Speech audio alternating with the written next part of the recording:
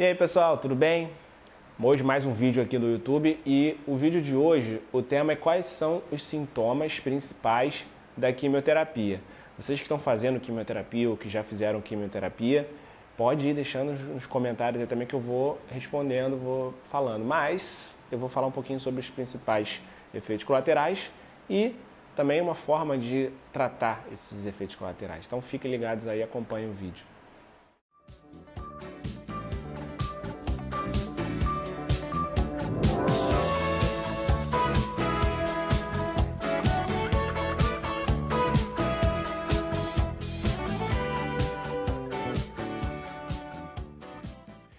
Então, pessoal, vamos começando aqui o vídeo. Antes de mais nada, pedir para vocês não esquecerem de se inscrever no canal. Aí vai aparecer o sininho, clica no sininho para ativar as notificações. Toda vez que tiver um vídeo novo, vocês vão receber essa notificação.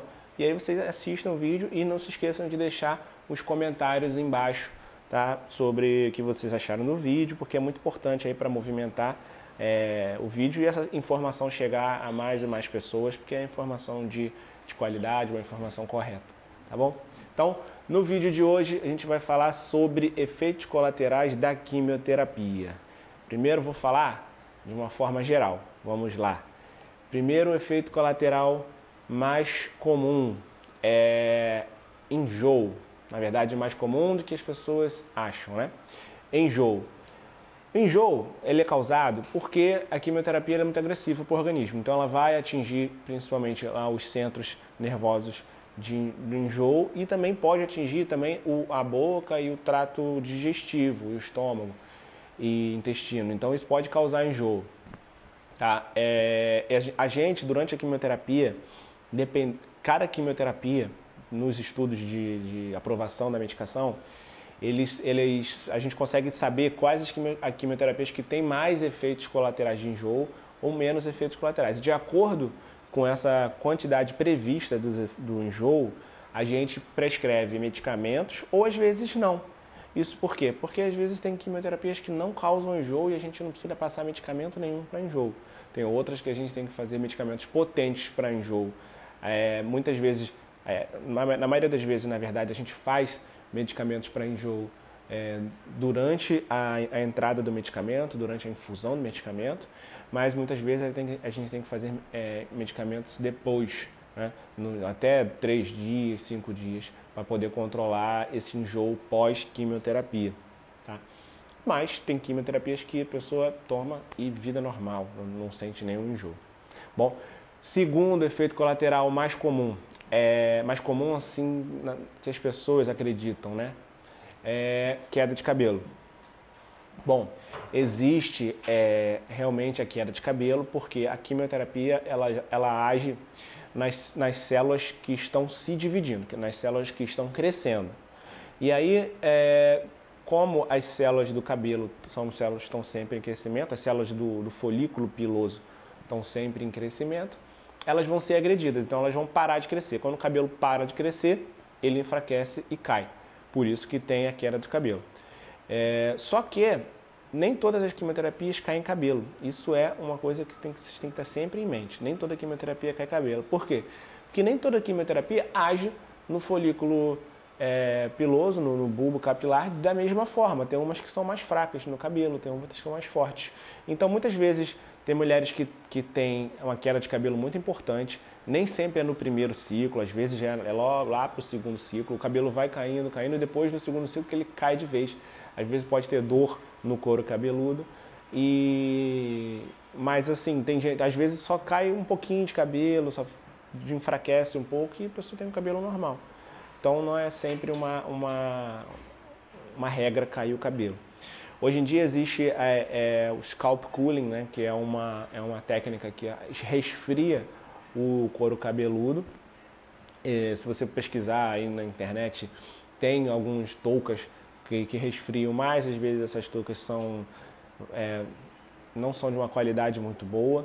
O ideal são toucas que têm um aparelho que gela, é uma coisa um pouco mais sofisticada e que também não garante 100% a prevenção da queda de cabelo.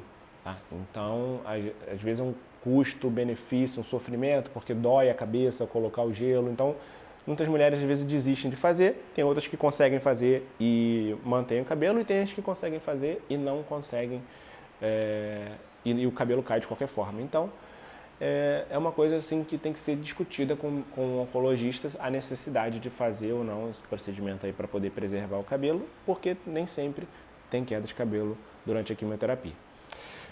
Terceiro efeito colateral mais comum, e esse assim é bastante comum mesmo, é o cansaço, a fadiga. Existe o cansaço durante a quimio, tá? E principalmente nos primeiros dias de quimio. Então, primeiro, segundo, terceiro dia, esse cansaço pode ser maior e aí vai normalmente passando ao longo do ciclo até chegar na próxima aplicação de quimioterapia, e aí pode ter o cansaço de novo. Isso varia também, às vezes tem mais cansaço no final do tratamento todo, às vezes o cansaço é logo no início, depois melhora, porque tem o efeito físico da quimioterapia nas células, tanto como forma de agressão, quanto no organismo está consumindo toda a energia ali para regenerar as células que foram agredidas, as células boas que foram agredidas. Então você tem um gasto de energia, como se você estivesse fazendo uma atividade física intensa e fica cansado. Mas tem gente que tem um preparo melhor, tem uma recuperação mais rápida, e aí às vezes eles nem têm esses efeitos colaterais tão grandes, e também tem quimioterapias que também não causam isso, tá? Tem quimioterapias que as pessoas fazem de tudo e não sentem nada. Eu costumo brincar que às vezes você pode correr uma maratona fazendo quimioterapia que não tem problema nenhum, se estiver sentindo bem, tá? Um outro efeito colateral muito importante é diarreia e mucosite, que são feridas na boca e feridas no todo o trato gastrointestinal, né? Desde o esôfago, estômago, intestino, até lá no reto e no ânus mesmo, que pode dar dificuldade para se alimentar, dor na boca, na parte de cima, e na parte de baixo dar diarreia. Uma diarreia muito importante, pode causar desidratação. Isso é um efeito colateral que também, assim, não é tão comum, mas acontece, pode acontecer no primeiro ciclo, pode acontecer no segundo, pode acontecer no terceiro, mais para frente, não tem uma regra de acontecer. Tem químios que a gente sabe que dá mais, tem químios que a gente sabe que dá menos. Para a mucosite, a gente pode passar alguns medicamentos que ajudam a tratar e aliviar os sintomas. Para a diarreia também, a gente pode passar alguns medicamentos que diminuem aí que ajudam a prender, né? E a alimentação também pode influenciar nisso, pode ajudar a segurar um pouco essa diarreia, mas muitas vezes a gente tem que fazer ajustes de dose, diminuir a dose dos remédios para diminuir esses efeitos colaterais, ou então muitas vezes até trocar o remédio, tá? E se for, por exemplo, uma desidratação muito importante, a gente tem que parar o remédio. Da mesma forma, se for uma mucosite muito importante que a pessoa não consegue se alimentar, ela vai ficar desidratada também e desnutrida, né? Então a gente tem que fazer algumas alterações.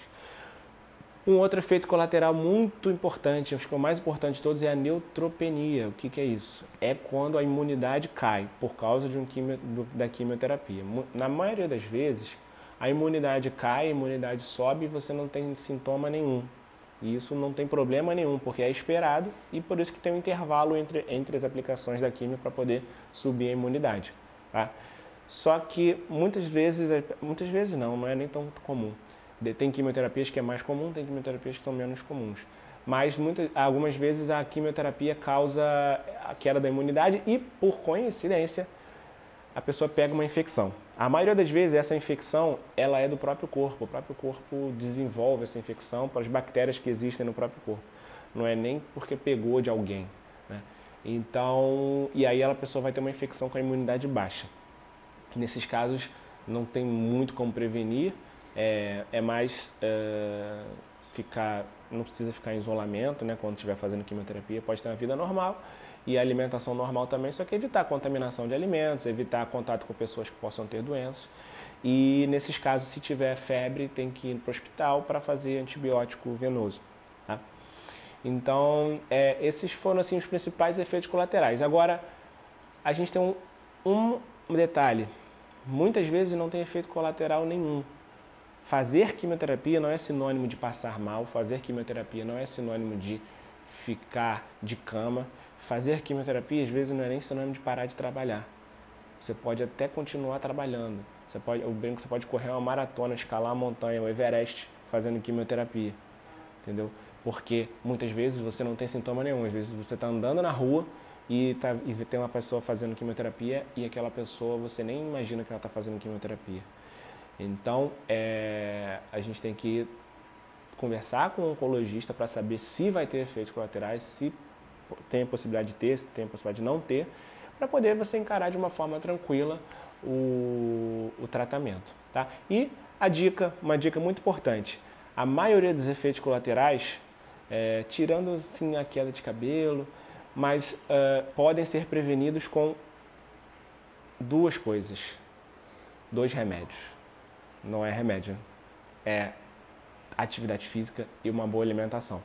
Isso a gente não fala de uma forma de qualquer jeito.